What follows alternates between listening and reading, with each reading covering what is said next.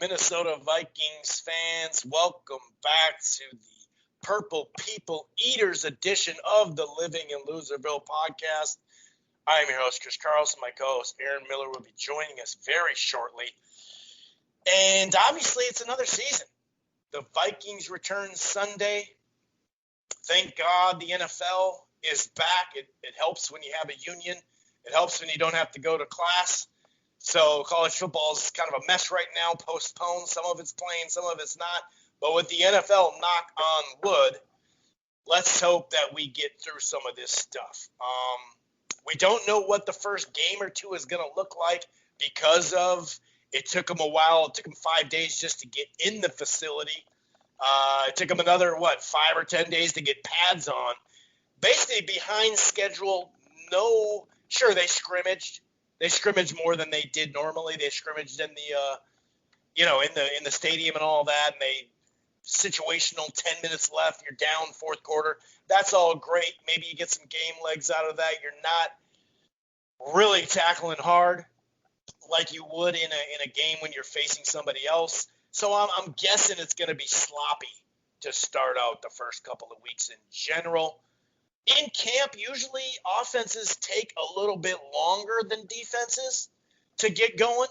So maybe we'll see that play out. However, we're going to go over a variety of stuff. We got to start, unfortunately, with Danielle Hunter out for at least 3 games on the IR. The tweak turned into something more than a tweak. It sounds like his neck. We'll talk minorly about that. We don't have the diagnosis, but damn, that sucks. But thank God we did make a trade. Now, did that trade happen because they knew what they were dealing with? Or was it a couple of weeks before that where they were actively searching anyway for a DN? It looked like we were going to bring Griff back there for a second.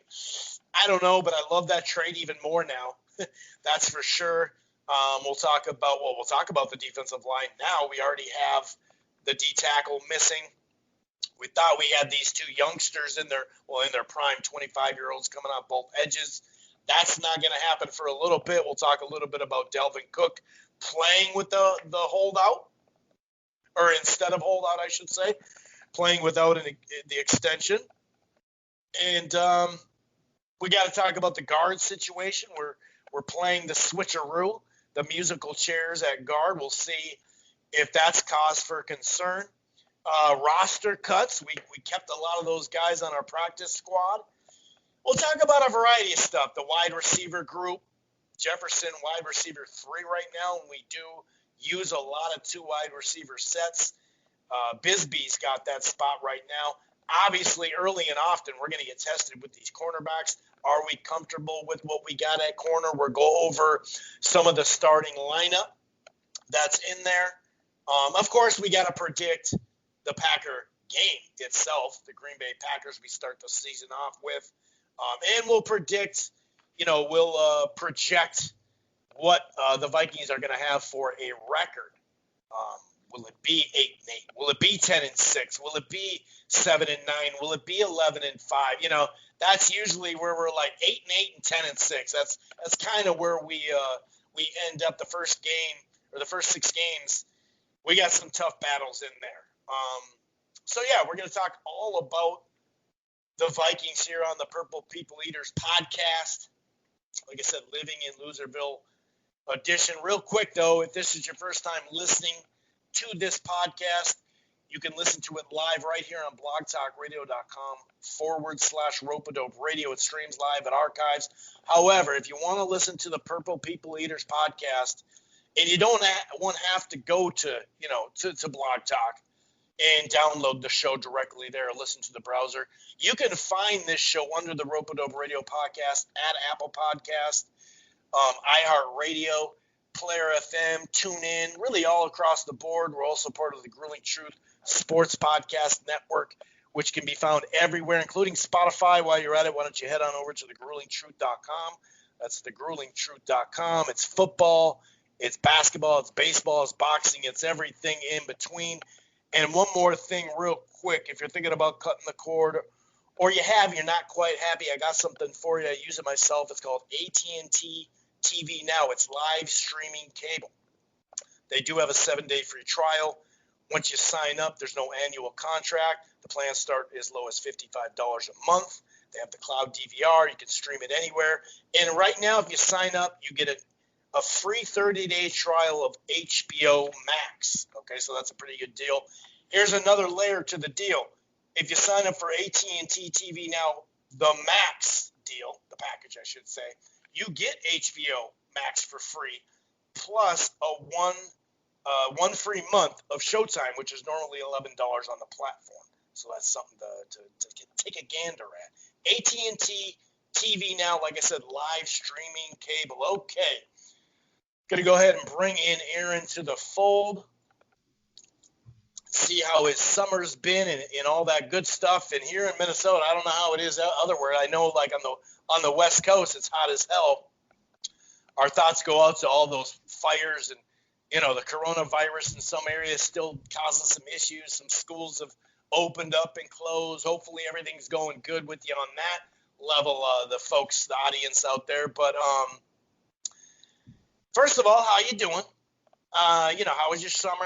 How's it going, right? But then also, unfortunately, we got to start out with the tweak from Danielle Hunter. I wouldn't say that even to his face. Hunter had a tweak back in August 14th, and we didn't know. He just called it a tweak. That's what Zimmer said. We just heard a bunch of tweaks. Now we know it's some sort of neck injury. He's on the IR, which puts him out for the minimum of 3 games. Sorry it had to be this way, but it is because it's called living in Louisville, right, Aaron?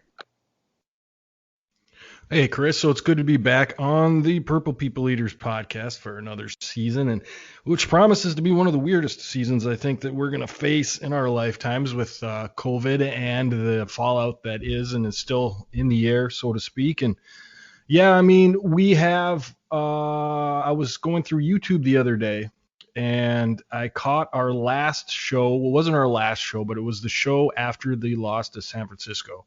And what we had said there and the demands that we had made for the offseason, and we'll get into what was met and what wasn't. But we did see the changes. There are many changes, and one including a trade that you mentioned, and the end of what was a mystery about Danielle Hunter and what the tweak actually was, coming down today, something with his neck. And that leaves us in a different position than we thought going into game 1 against Green Bay. And all the fallout of that and the aftermath of, who's going to play that other position and who's going to step up for what looks like 3 weeks. But like you said, necks are very, they're hard to predict. And so is this going to be a reoccurring thing that continues throughout the season? Yeah, and 3 weeks is basically, once you get on that IR, you have to be there for 3 weeks. So it's like, ooh, that's nice and vague as well. It's funny because a lot of people all of a sudden saw the injury report. Oh, no injuries.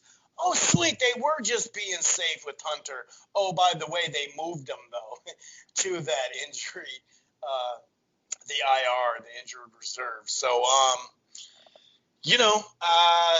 it's nice we made a trade. It's nice that we do have, some depth off the edge. It's nice that maybe on third downs we could send Barr. But it'd be really nice to have 2 dudes in their prime coming off the edge. One dude who's a stud who has the most, sacks through 50 games. The other dude leads the league in strip fumbles the last 2 years. Forced fumbles are great.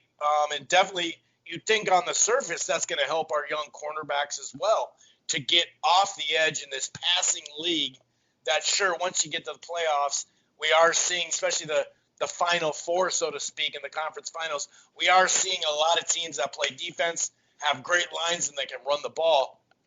But we know you run into a lot of shootouts. So this is a head-scratcher in the fact that it's this vague tweak.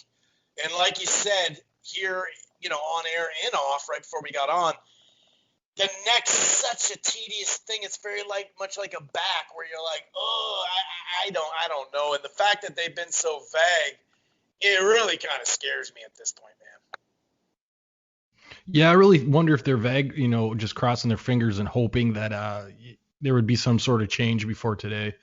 And I guess you could give it to them for that. And obviously, they've known about it and have had time to prepare uh, some alternatives for this eventuality. But it's hard for us because we don't know how to project going forward. Now, what I think you're going to see is the dueling Nigerians with Odenigbo and Ngakwe on the edge. That would be my guess. Probably maybe mix in some Jalen Holmes. They've been hyping him up throughout training camp. And that's an issue that we'll get into the defensive line as far as the inside of that defensive line. But I'm okay uh, for a temporary month or so of those two at defensive end. Yeah, I think you're right there. I am okay with it, but it does, you know, it does suck that the amount of quality quarterbacks we're going to see here in the opening 6 games. It really is like, well, it sure would be nice to get off the edge on both of them. Not to say we can't be effective, like you said. Since we're on this line, you know, the D tackle Pierce came in. It seemed like a great fit. He chose, for obvious reasons, not to participate this year, which you can't get mad at him. I know once the news came out a lot, I saw in the forums, I saw on Twitter people talking shit, but it's like, first of all, the guy has asthma. He's a big dude. That's basically what we talked about. Offensive linemen and D tackles, those guys are walking around with 60, 80, 100 extra pounds. They have underlying issues and breathing issues just in general, even if you don't have some major thing. But another thing is, I think 2 years ago, he got pneumonia. So let me guess. I mean, you got pneumonia already before some virus started taking over. It makes sense. So I'm not mad at him. I can't wait till he comes back next year. I get it. For any of the fans that are ripping him, save it. Miss me with that. But it is a problem in the middle. Now, I guess, Aaron, the saving grace to an extent, we do have some experience at the position, and we know either, Lindell Joseph either wasn't playing, so he missed a couple of games, and that counts for the games that he left or tried to come back and was like 70%, wasn't 100%. So in the last two, the reason why we brought Pierce in and had to get rid of Joseph, he was wearing down. So him not, missing games, not being 100%, at least we have some experience with that. So it makes me feel a little better. But the whole season without him, I'm still a little nervous on some of these big running games. You know what I mean? I do know what you mean. I have this down as one of my top question marks going into the season is the interior defensive line. And we may have experience, but I don't think we have, high quality talent there at the moment with Pierce opting out. I feel like at nose tackle, you're going to get Shamar Stephen, which they're trying to sell now that that's the position he's best at. He's been a three tech for 2 or 3 seasons, but now they're telling us that he actually plays better at the nose tackle, and let's hope he does. He's got the body for it. So I'm a little confident in that. But then when you go to the 3 tech, who's going to be there? I like Armon Watts, but there's going to be a bunch of guys coming in and out of that position, I think, until someone solidifies it. Even like James Lynch, the rookie, Armon Watts, who I mentioned, Jaleel Johnson. There's going to be a bunch of choices, and I think they're going to rotate in and out to see who works best there. But you're kind of in flux in a lot of spots in this defense at this point. And it used to be the defensive line was something we could hang our hat on and know that was decent going in. But now it's kind of up in the air, and people are going to have to play and see who plays the best. And going out against Rodgers, where you need that pressure in week 1, it's just going to be, I guess, trial and error until you figure out the 4 that are going to work. Yeah, that's a good way to put it. Trial and error. And you're right. The old. Well, actually, he likes the position so much that he used to stay after practice and work that technique specifically. And what we saw was we actually wanted to play him there. Well, if you wanted to play him there, why even bring in Pierce? You know what I mean? Like it is kind of like, oh, that's where we want him now. That you swear that now, huh? Yeah, I'm kind of with you there. I'm a little in between on it. There were a couple of offensive linemen or offensive lines that San Francisco that tore us up already before that, and now we're missing a couple guys, and that's pretty troubling, especially with the young corners. If they get the run game going on us, as we know on offense, play action could just kill you. I'm a little weirded out by that, but we're gonna see on that. Let's go to the revolving door that is the guard positions, Aaron, and I know you're gonna love this one because we're gonna switcheroo. Hey, this guy played this in college. Well, as a freshman, off season they prepped him for right guard, that type of shit. When we know Pat played, center and left guard a lot. Now I know he played some right guard, but he played center. He got drafted as a center the last year and a half, 2 years at Ohio State. Was whatever at center. Was even less of whatever, mediocre at left guard. Now we're trying him at right guard. It's a revolving door. We have Dozier. We have Drew Samia. Brett Jones is on the practice squad. We have Cleveland trying out at guard. Dozier's the vet, 8 or 9 year vet that I wish we just would have played at left guard then. I know you're not going to like this, right? The freaking musical chairs, right? Hey, we'll do this and this, and we're going to switch that around. The guard positions, both of them now, what are you thinking? And also, hey, if someone's struggling, they better put these guys in and see if we can get a better product. Because I know Elflein can run block. That's something that he has shown. But we've also seen on third down he's just a mess. Well, you've managed to nail my biggest question mark going into the season here. And it's really no significant change on the offensive line. Now, did they address it in the draft? Yeah, in the 6th and 7th rounds. And with all those picks, now it makes you think, maybe they could have focused a little more. They got Ezra Cleveland in the 2nd round. He's a tackle. I don't want you trying him at guard. They're going to maybe say that, but he's a tackle either right or left, however it works out next season. And now we're still dealing with Elflein, who they believe in, and I want to believe with them, but we've seen nothing to make us believe in Elflein the way they do. Perhaps that'll change. And then you've got a guy coming off the bench to fill the other guard position, where you could have maybe got somebody you liked a little better in the draft, or maybe, figure out what's going on with Drew Samia. He's a tough kid. He's, gritty. Every time he's on the field, I feel like that's what the offensive line needs. And yet he's not cracking the starting lineup, and you're going to go with Dakota Dozier now. Is that some sort of loyalty thing you got going on? Or maybe he's great. We'll find out.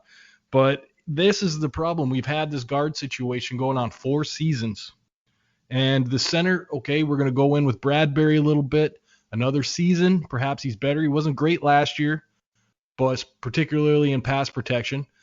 But, he's a smaller guy. And like I said, we've had problems with big lines.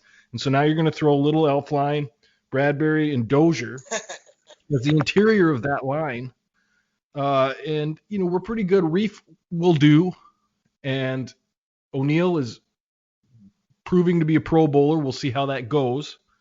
But we still have that mix in the middle that nobody's comfortable with. And as other defensive lines are getting their stuff together, and we're finding that they're gaming for us with big, strong dudes, like we've always said, the Bears, the Niners, all these teams that have these strong defensive lines, and we're running zone blocking schemes with small guys. It's just one of these things where I'm not comfortable with it. And somehow they tried to sell us this stuff about, well, we're going to do this and move that, and Dozier can play. And, what came first? Are they saying that out of necessity, or are they saying that because they believe that? We're going to find out. And it sticks in my craw a little bit because I can't see why you can't address the guard position a little better. You got, Hinton might be good. He's on the practice squad. A lot of excitement about him coming in. But I'm starting to see maybe there's something going on with this coaching staff, maybe a little misplaced loyalty or promises to be kept. And, all this could be washed out by Dozier going out and kicking ass and Elflein going out and kicking ass. Let's hope that happens. But I'm a little skeptical, and I think most Viking fans are too. Yeah, it's hard not to be. Like you said, this isn't something new. Thank God the restructure with the Riley Reef, that would have been even worse to lose him right before you're about to. Well, I mean, they got a defensive tackle and an edge rusher. Smith has just lit our ass up. Week 1, Sunday, we're going to be tested that way. Reef does the trick. Cool. One more year, maybe he's gone. Maybe Cleveland can take over. Like you said, O'Neal. I do think that the second year of Bradbury will be a little bit better. We need it to be, of course. The one thing I'll say is, like you said, you talked about the coaches. Obviously, the offensive line coach has a track record of producing good offensive lines. I will say that. Now, when they got in here, Kubiak and company, of course, when they got in here, if you look at our run blocking last year compared to this year, it did or last year, 2 years ago.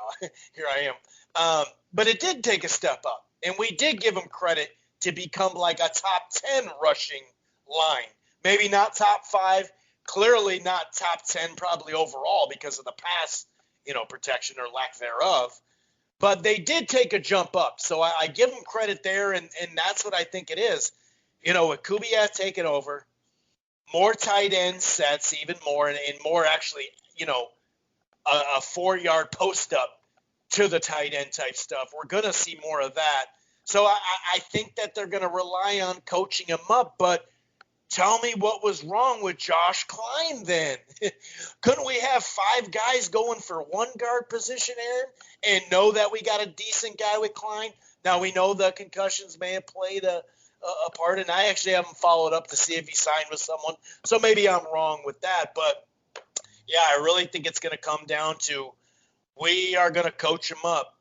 And just like how we're going to coach up these young corners and get by and still be a top 10 defense, that's what I think that they're thinking. And they do, like I said, with Kubiak totally in the fold now as far as play call, I think he will be a little more aggressive, kind of like the stuff we were asking for from last year.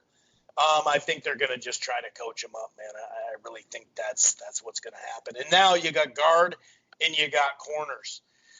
Corners will be tested early and often. Corners are tested all day long in this league at this point. We have guys that have starting experience that are starters. Hughes is one of the starters. That's nice. Did he show something at sometimes? A little bit. He actually wasn't as bad in the slot if you look at some of the numbers, but it still looked like – I remember that 17 target game and stuff like that where you're like, I don't know. Now, the other side, Holton Hill, when he was a rookie, he looked like, okay, this guy's got something going on. He's a long, lanky dude. They're talking about Jeff Gladney being the corner. You heard a lot about Dan Zier, that 3rd or 4th round pick, whichever, the skinny kid, but long and lanky. We heard a lot about him. Thielen was talking good stuff about him. Where are we at with this cornerback room? Because guard and corner, we're kind of, like you said, that last episode, that what we demand of you. Where are you at with that? Well, this is where you really got to fall back on trust in Zimmer, I think, on this one, because you couldn't be younger than you are in the secondary. And you're going with Hughes and Hill as your 2 outside corners. And, with what you have in the room, I suppose that makes the most sense as far as experience goes. But Dantzler, like you said, showed off pretty well in training camp. Now, he's a rookie, and you can't trust a rookie, particularly game 1 rookie season at that type of position against Aaron Rodgers.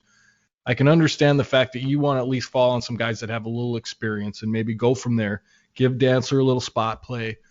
But then you got to worry about is he penciled in at the slot? Now, that's my question mark, because it took Mackenzie Alexander 3 years to learn that position. It took Captain Munnerlyn, a vet of probably 4 or 5 years before he got here. It took him 2 seasons to get comfortable in the slot. So I don't see Zimmer putting a rookie in the slot. Now, maybe this kid, he's 24, maybe he's got everything he needs and he's ready to go. Or maybe Zimmer's willing to say, we'll try to hide him as best we can, but you can't really hide a slot cornerback, especially against Rodgers and the quarterbacks that are on our schedule this season. So I'm thinking that you're probably going to see Hughes and Hill start it. and then you're going to, mix in some Dantzler, mix in some other guys, get them in there. Boyd has also played really well. Mix in guys until you find what you like on game day. Now, that's in two positions, actually three now. We're talking about kind of feeling it out for the season and who's going to take the spots. Nobody's won anything yet. Now, I think at the end of the season, you're probably going to end up with something like Hill and Dantzler on the outside, Gladney on the inside. But how do we get there? And are we stout enough right now to win a game against Green Bay and Aaron Rodgers, or we're just too young, too inexperienced at that point? We'll get into that in game prediction. But as far as the room goes, I'm starting to think that you got to trust Zimmer on this one. This is his forte, cornerbacks, secondary. You got the safeties to maybe clean up some messes and kind of just build from there. On the good side, no more Rhodes. On the good side, no more Waynes. So we're not seeing that. And then they went and Wayne's got himself hurt. Yeah. I don't know what's going on with Rhodes. Pectoral issue. I mean, right. Everybody that left that cornerback room, we're starting to see now why maybe they left. Alexander got himself in jail for punching some guy. So we're maybe a little better off, but I think it's going to take, 3, 4, 5 games to really get settled in on what we have at cornerback. Yeah, and some of those guys that you mentioned that have experience in this system, that does help a lot because we know the system. Even though Boyd is a third string, they kept talking about him. Harrison Hand as well, I suppose, on the depth chart. But yeah, I agree. I liked how you put that as the season went on. I could see that rotation as well, and it makes sense. Hughes, Hilton, they've played right in a professional game, more than one, and also like you said, they've been in the system for a while, and we're going to see how that goes. And it is a trust thing, and I do trust them. I've been huge on, hey, let's just sign one cornerback, a vet cornerback, just in case. We'll see if that bites us, these guards and the corners in general. Like I said, I kind of thought we were going to open up with a Delvin Cook holdout situation. It's pretty cool. It's a good situation for both. Well, it would be better for him if he got a deal, of course. But if you look at it next year, and there's been like 4 or 5 signed lately too, running back. So he's got to be like, what the hell? But it does put him in line for some big money with the franchise tag next year, which kind of says, hey, do you really want me to go? Because here's my leverage. I finally have some leverage. This is a lot of money to pay me in 1 year. I want a deal here. And it sounds like he wants a deal, but kudos to Cook for playing without an extension. It's not something that a lot of people here locally thought would happen. Yeah, that's a tough spot for Cook and for the team. And for any running back in the NFL at this point in time, really devalued position. You're seeing Fournette go and just be, we don't need him anymore. Great running back, gone. It really makes you think, okay, well, what's the value of the running back in today's NFL? Are they that interchangeable where you can just go get a rookie, plug him in, play him for 3 years and let him go unless he's exceptional? And, Cook, you would say he's on the very good to almost great. I don't say he's a great running back yet, but he's very good. He's at the top part of the running backs in the NFL. And if you can't pay him or you're hesitant to pay him, I think that really tells you what the position of running back in the NFL is. Now, Cook, kudos to him for being willing to play the season. But I guess, maybe at this point, holdouts aren't the way to go with Le'Veon Bell and all that stuff that happened a couple of years ago. Maybe, you'd have to sit out a year. I think a team would just hold still. You've got Madison and ready to run. And so, yeah, safety and running back at this point in time, Chris, it's just those are positions that you're going to have to find a way to value or kids are going to stop playing that position. And, when we grew up, running back was the second most important part of the offense. And now I think it's left tackle and quarterback. And so you got to understand what's the future of pro running backs. And, maybe they just got to go for that first contract and their agents got to work harder to get them more money in the first contract because it doesn't look like many are getting signed to a second. Yeah, and the ones that are, because actually there were like 4 or 5 of them in the last couple of months, but they were healthy. That was the key. He is a great – I'd put him in that top 5 great, but you can't pay him like a great unless it's instead of base you're on the field, a roster bonus because you made the squad the next year. And that's really why we're hesitant. I don't think it's the worth of him. I agree with what you said about the running backs, but there are a handful that you can pay and people have healthily too. But, speaking of health, is he going to be able to, stay the whole season? But playing this year, if he got really hurt again, knock on wood, then he'd be really screwed. So, yeah, it's a mixture of stuff, but I'm just happy he's white knuckling this stuff out, man. I'm really happy at that. All right, so we lost Diggs. What we felt like was all things considered, you had to make the move because it doesn't seem like he was happy here. We'll let him go be number one wide receiver with the Bills for a quarterback that's got one of the worst deep balls. We'll let him deal with that. The wide receiver room, BC Johnson looks like he's number 2 as of right now, and we are in, that 11 personnel, that 2 wide receiver 21. Actually, I have some stats on here. Why is Jefferson the number 3 wideout? That's what people are kind of like, what's going on? The Vikings don't run 3 wideout receivers. Let's see, running 11 personnel, just 25% of the time last year, the lowest percent in the NFL. Minnesota ran the 21, 2 running backs in, 21% of the time, second in the NFL. In the 12, this is what I thought I meant first, the 12 personnel, 2 tight ends, 34%, which is second too. And my guess is we're both in the second position. That's probably the Niners because they got those 2 dudes. So that room has some depth. We definitely kept a fair amount of them. Obviously, Justin Jefferson, the guy can catch over the middle. I think we saw that in the slot on LSU. If you watch his tape, that's something that's clear. He's not afraid of contact. And he's got that catch spectrum, right, that range. You're already seeing that. You saw that as a LSU Tiger, but you're really seeing that in practice. Obviously, we know Thielen's number 1, but BB made the cut.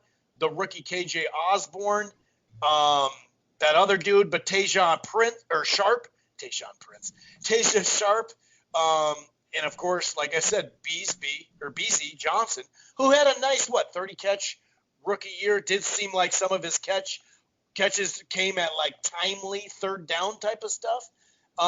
Where are you at? Are they just kind of babying Jefferson a little bit because he didn't get that much time? They got a lot of reps, but not in-game reps against good on a team that you only have tape. You don't see him every day, especially since we're doing the 2 wide receiver sets.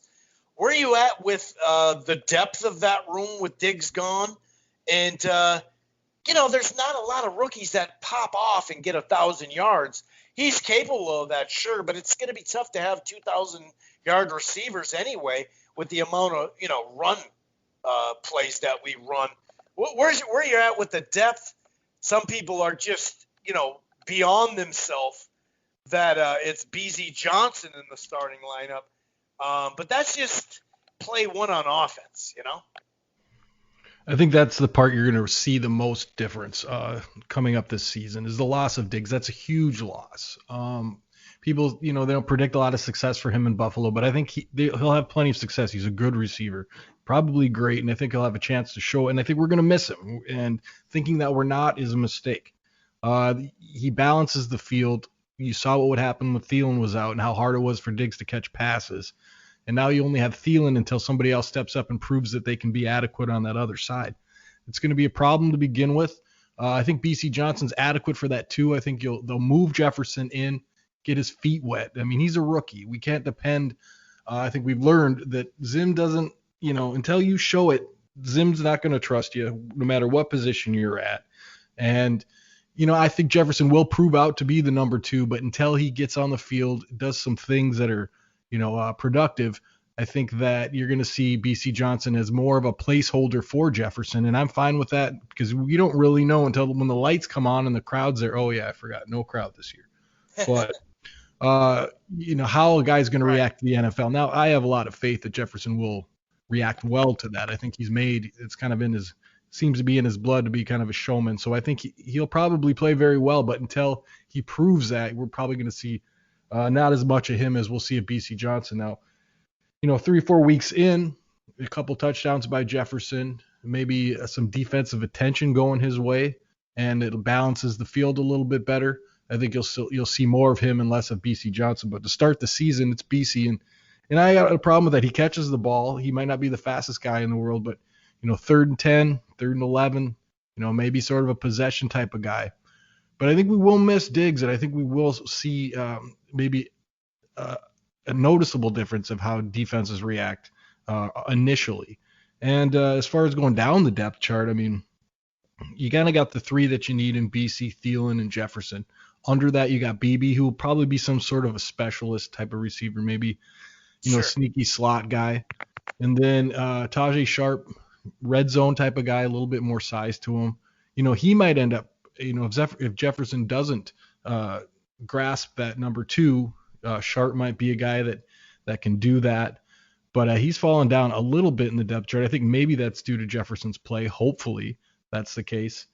And so I think the room is probably deeper than it was last year, but the high end of the room is not as good as it was last year. So I think we'll notice a difference first 5-6 weeks of the season until we get another guy that can balance the field on offense.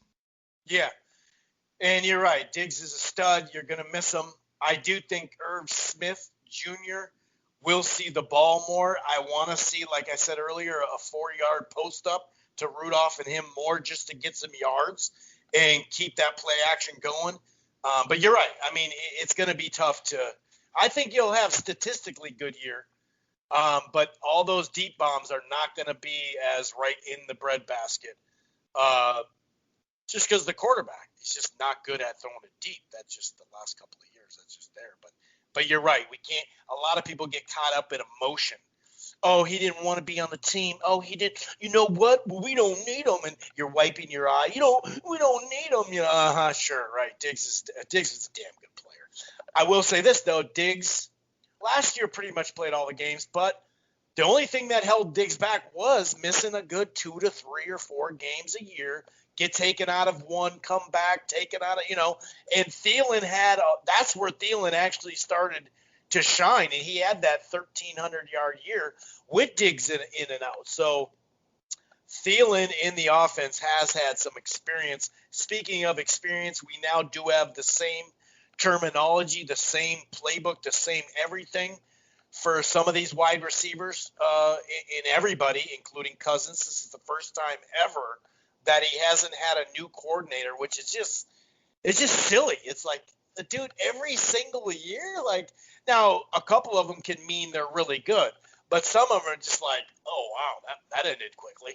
So that's a good thing for Cousins to be able to be in that same thing, as long as he wears a mask, outside. I know he thinks he's that, he just, well, I'm not going to get into it. I'm not going to get religious. But let's kind of park it right here before we get into the Packer preview and prediction, before we predict the record. That'll be the last 2 things we do. Breakout years, step up years, whether it is a rookie, we kept a bunch of them, or a 2nd or 3rd year guy. Irv Smith seems like the guy is chomping at the bit, and in this 2 tight end system that we know Kubiak loves to run, I mean, 30, 40, 50 catches, I can definitely see for Irv.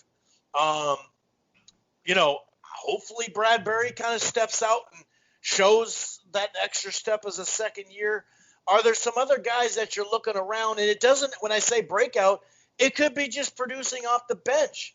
I mean, we had so many of those, the rookies. Was it 15?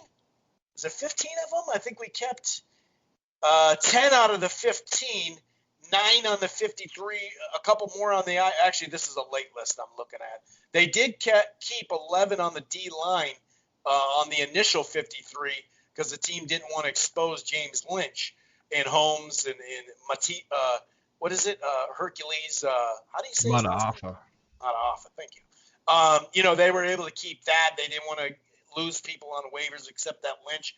Who are some of the guys – that you could see maybe breaking out this year? And like I said, it doesn't have to be, they're a Pro Bowler. It could be just productive, like, hey, that guy, we can build on that guy. Yeah, I got a short list. Irv Smith is the top. Out of necessity, I think, and what you can do with him. I think maybe we'll see him split out wide a few times. As a big receiver, he's definitely fast enough, and he's great. Great receiver. He can catch the ball well. So I think they'll try to work a lot of things with him. If you remember Julius Thomas under Kubiak down in Denver, they did a lot of fun things with him. So I think you might see that for Irv Smith, and as long as he stays healthy, I think he'll really step up this season. That's kind of a for sure one. And then working into some, I don't know if I like this because it's necessary or I like it because I think it's going to happen. But dude got a haircut. It seems like he's taking life seriously. So let's go with Holton Hill. I think maybe he can prove to be a starting corner. I love that. Dude got a haircut. Well, I think he needed it, man. It shows something. It shows maybe he's taking it more seriously, or maybe that's what he wants to portray. But out of necessity, he needs to step up, and I think he will. And then I want to see the rookie Cam Dantzler. I think he will see the field probably, come week 2, week 3. He's just a really talented player. He's 6'2". He's everything, Zimmer likes. I haven't seen him with boxing gloves on yet, so it seems like he's playing pretty well. He's skinny. They call him Slim, but hey, that's okay. Well, his nickname's the Needle. Oh yeah, the Needle. I've watched a lot of his tape at Mississippi State, and I like what I see now. Like you said, you never know till the lights come on, but I think that's the kind of kid that you're going to have, be starting probably week 3, week 4, maybe even before that. And then my last one will be Hercules Matafa. Now, he'll be a spot guy. I don't think he'll be a starter and play the majority of the snaps on defensive line, but as a Swiss Army knife type of defensive player, you can maybe line him up outside, inside, move him all kinds of places depending on the matchup. Put on a lot of weight, still has his speed. He's a unique pass rusher, which I think is different than what you see in a lot of players who kind of buy the book, do everything right. I think he's got gifts that are different than everybody else if used correctly, and if he is the kind of player I think he is. I think he'll show a little bit more, and so I think those are like the main ones. Some out of necessity, some I think are really going to happen. I think, like I said, Justin Jefferson could pop and become a really great rookie, but he's a rookie, and I don't want to give that to him yet until we see. We saw some rookies we thought were great in training camp, and right. They hit the field, they can't catch, they can't run their routes. So I don't think that's going to be Jefferson, but until you don't know. So I think Jefferson will be a big one. And then, someone's got to show up on this offensive line. I think you're right about Bradbury. I think that's probably the best place for someone to step up and really improve this season. It'll really help out a lot. And then you got to hope, man, that Dakota Dozier is as billed, starter worthy, because if he is, that is a huge difference. That's all. We got to coach him up. And, hopefully they did. I mean, Chris, do you think they'd start somebody they didn't have faith in? I mean, I hope not. Yeah, exactly. I think that they're literally saying, hey, dude, much like you mentioned with the cornerback, just trust him. I think that they're just trusting these guys coach up. And like I said, too, we did see an improvement last year in run block. There's just no way around that. But we'll see, man. And Hercules did pop last year. Remember that a couple times? He flashed. He was having a problem where he comes off the line so low that all they had to do is push him in the back, and he'd fall on his face. So I think, he needs to work on that. But like you said, I think he put on 30. He's like 285 now, maybe 290. So, I mean, he's almost where he needs to be, where, your standard defensive tackle is. Right. So let's just see how it goes. I mean, I know there's going to be rotation at that position until they find someone they like. So that's why they probably kept 11 guys on the defensive line, because they just don't know. Plus, first you want a rotation, and second, you don't know who your primaries are going to be. And I think there's still a huge position battle going on there. Yeah, there is. And with Pearson neck tweak out, our guy Hunter, who really knows, KJ Osborne is the starting punt and kick returner. That makes sense. Amir Abdullah listed as the backup. The backup kickoff returner, Chad Beebe and Hughes, are backups for punt. So, yeah, I mean, we will see how this goes. It feels like, dude, we have such a young team in spots, right? It feels like if we're sitting here week 10 and the corners are developing and Hunter's back and all this stuff, right? And we're 10-6, let's say, or not, obviously not week 10, but we're looking good. We're going to make the playoffs.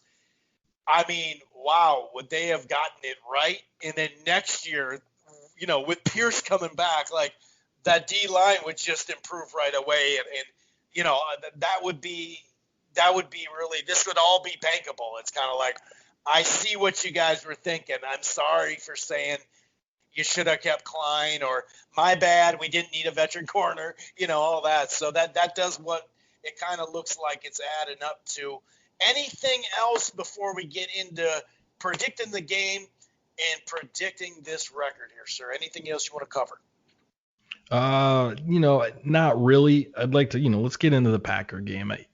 We mentioned it a little bit earlier, Chris, before you go into your introduction to the game.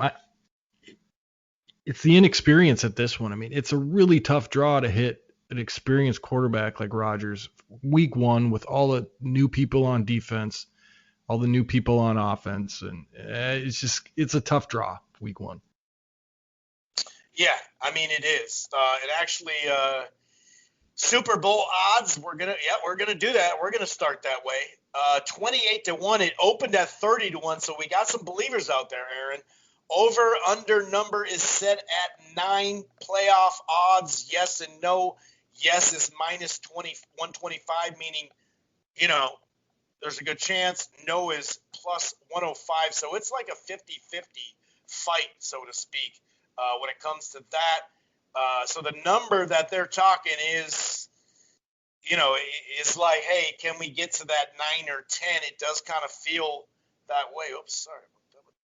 Okay, breaking this game down, you see that injury report, you're like, yes, I remember when I opened the screen. Yes, no injuries. Forget it, Hunter's out. We got that home field, but not really home field piped in noise going on. 2.5 point favorite, plus 140. The over under is 45. I think I like that number. I guess I'd shade. I actually like that number. I think I'll go under on that number 45. If you look at last year, both those games, they got away from us. But we got down early and then came back, and Cousins threw his worst pick that he'll ever throw. Knock on wood. But that's a good bet, I'd say, because that was that bad. Lost that game 21-16, could have won it right there. And then we were in the game, and then it got ugly late. Lost that one at home 23-10. Obviously, they didn't add anything at the wide receiver spot that really shook people. They did add a big back to the fold there in Green Bay. There's, like you said, I mean, I understand that in camp, we know, and even during, the games we usually get where you play a quarter, then you may play a quarter and a half, and then game 3, you usually play 2 quarters, and it matters how you play it if you're going to play early third or whatever.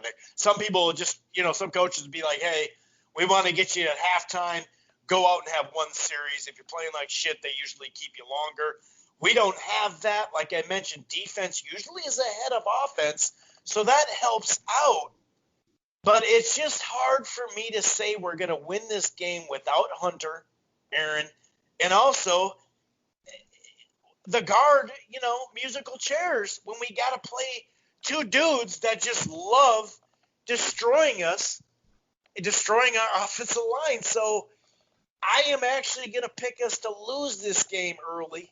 What did I say? 45 is the over/under. So I'm gonna mark it up to about 20-17. That would be over, wouldn't it? Whatever. I'm going to say 20-17. Unfortunately, our Vikes go down swinging, but they end up catching air, not a body per se. What says you about this matchup, sir? Well, I don't like this matchup for us. The week 1, it's just, defense is ahead of offense, but Rodgers has been doing this 14 seasons now. He might not have the high-end talent at wide receiver, but at least he has guys that have played and know what they're doing. And then, like you said, Chris, the fronts, man. I mean, both of them. We're questioned on the defensive line now, and we're questionable on the offensive line now. These are two spots they're not as questionable at. You add A.J. Dillon in on short yardage, even if that's short yardage. I mean, he's just too big, and I just don't have a lot of faith in us being able to get them off the field on third down with no corners that we know that can play well against Rodgers. I mean, even Hill played spot duty last year, so we don't know. You know, you can tell him all you want in the film room that this is what Rodgers does, but until he sees it, knows it, you got to give Rodgers the upper hand on this one. I don't like it at all, and I would take the over. I'm going 33-21 Packers, as much as it hurts me to say that. Until we see what we have, they know what they have. It might not be the greatest thing in the world, but they're sure of it. And we aren't quite there yet in the positions that we need to know about. So I got to go Packers on this one, unfortunately. Hopefully we can get it back in the second game of the series. I like how you shaped that. That made a lot of sense. How, they know what they got. It may not be better than it was last year, but it didn't matter. They beat us twice. All right, so we're both in agreements. Unfortunately, hopefully we're both wrong. Let's break down some of this here. Are we going 10-6? What's the high point for you? Is it 10-6? Is it 11-5? Is it 12-4? What's the high point before we actually, get the actual schedule figured out and give our predictions? Is the high level 10, 11, 12, somewhere in there? And then the low level, how bad could it get? Would it be 8-8 is the bad? Or could we, go to 7-9 or whatever? Or, we've been good at drawing lately, having ties. So maybe there'll be a tie in there. What's the high and low looking for you, sir? Boy, that's an interesting question. I think high would go something maybe 12, 13 wins. Likely, probably not that likely. But it's possible, I suppose. You get the running game going, everything starts to click. I think you could do that. Low, I think you could go down to as low as 6 or 5 games winning there, which I don't think is that far out of. I think it's more likely that we go 6-10 than it is that we go 13-3. I hate to say that, but I think that's fair. Yeah. I think that's kind of what we're looking at. Now we haven't had, we haven't been to the Super Bowl since we've been alive. We do realize that. We call the show Living in Loserville, folks. But we don't have many, and I know it's not poor man's Steelers. I'm not trying to say all this stuff, but we don't have many less Steckel years. We just don't, where we win 4 or 5 or 6. We really don't when you add it up. So I don't think we'll go 6. But I do agree, though, if you put a gun to my head, which would it be? Yeah, I think you're right there. I could see 6 or whatever, but my low is 7-9, and my high is 12 wins. I think 11-12. I'm right in there. 11.5. I'll be weird. In 7-9, but I think so we're looking at, we both got us 0-1, right? So now we got Indianapolis, sorry. It's there, but I think we can beat Indianapolis. What's his toes is there now, though. Who's the quarterback there now? What am I blanking? Phillip Rivers. Phillip Rivers. We tore his ass up last year, but he may not have that bad of an offensive line like he did, although it's not like they're known for offensive line, right? That's why their other guy's not playing. So then we got Tennessee, which they can run the you-know-what out of the ball, which I just like, and then who can pass the you-know-what out of the ball? Houston, Seattle, and Atlanta, and Green Bay. Rodgers, Wilson, and some youngsters and a vet in there. Oh, my God. Are we 3-3? Are we 3-3 after 6, sir? I think that's probably best case scenario. I guess I don't want to step on your call, but I'm going to advance a conspiracy theory here now. I feel like this is not going to be a year everybody thinks it's going to be, and I'll just be quick about it. But I feel like this is more of a, God, how do you phrase something like that? I'm not saying they're going to tank this year, but I'm saying they're going to find out a lot of stuff this year. They realize what it means. They realize that, a lot of people are for contracts. They realize that there's crowds. They realize it's going to be a weird and wonky season to begin with. What a perfect time to rebuild without saying you're rebuilding. And retool. Retool. For retool. Exactly. And so I don't know if we're giving out straight predictions, but I'll ramp this into my prediction. I think that you're going to, I'm not going to say it's going to be 16 scrimmages, but essentially it might be 16 scrimmages where the team makes a move for the future and to be good in 2021. Now, I have no backing on this. I haven't heard a word about it, just my gut feeling that maybe possibly winning this season won't be as important as evaluating players. Now, I hope I'm wrong and they play, but I really feel like that might be the goal here is to find out for 2021. And in saying that, my prediction for the season is something like 8-8, 9-7. Now, I know a lot of people are going to jump off the ledge hearing me say that, but the way I'm thinking, would be great if we weren't trying to win the games barely and we ended up 9-7. I'll take that. Right. But it's it's that damned if you do, damned if you don't. I'm not saying that they're not trying to win the games. They're trying to win the games, but I think the overall theme is going to be 2021. And that's just a gut feeling. I got nothing to base that on.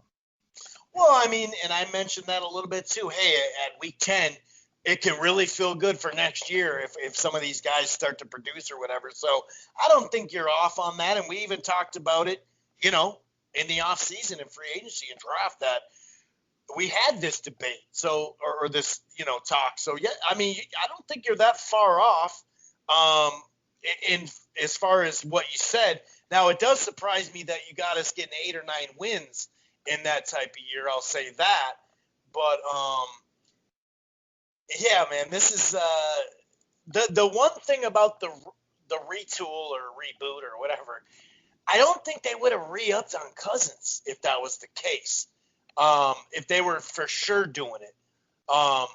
But, I mean, without Pierce, if Hunter doesn't come back till week 6, they may not have to try to do anything, Aaron. You may be right up, you may be right there. So I'm kind of, I'd say the only thing I'm a little in between on is, so they're not taking, this is a retool year, but 9-7 is a damn good retool year, wouldn't it be? Yeah. I mean, and I understand where you're coming from there. And yeah, it is a little hefty, but I'm trying to balance the fact that, you can't sell a retool year to a fan base that thinks they got a shot at winning it all, and so you got to kind of balance. And I think we're low side. I think if we played, you take this team right, and you say this is what you're going into it, and this is a normal year. I got to say this is an 8-8, 9-7 team, and so you got to feel like they're going to play up to their abilities, and so you will get 8-8, 9-7 out of it. Now, I want to say that if we go 6-10, don't lose your minds. You got to keep in mind that maybe all this is, building for 2021. And if you got Kirk on contract and you feel like you can go through this process kind of under the radar and get done what you need to get done, I think, and then you got the draft coming up and it's maybe just a year where they said, okay, we're going to re-sign Zim. We're going to re-sign Spielman. We're going to make sure Kirk's taken care of. We're going to take care of our foundational players. And then we're going to go out there and we're going to find out what we have. And what a better opportunity. You got no fans. You got it's kind of a weird season. I think they kind of said, okay, this is a weird opportunity that we may never have again. And I think you'd be a fool not to, jump on that. Yeah, I'm actually right. I felt 10-6 until this Hunter news came. So I'm right where you are, 9-7, 8-8, right in that ballpark. Is there any last words, sir, before we shut this thing down?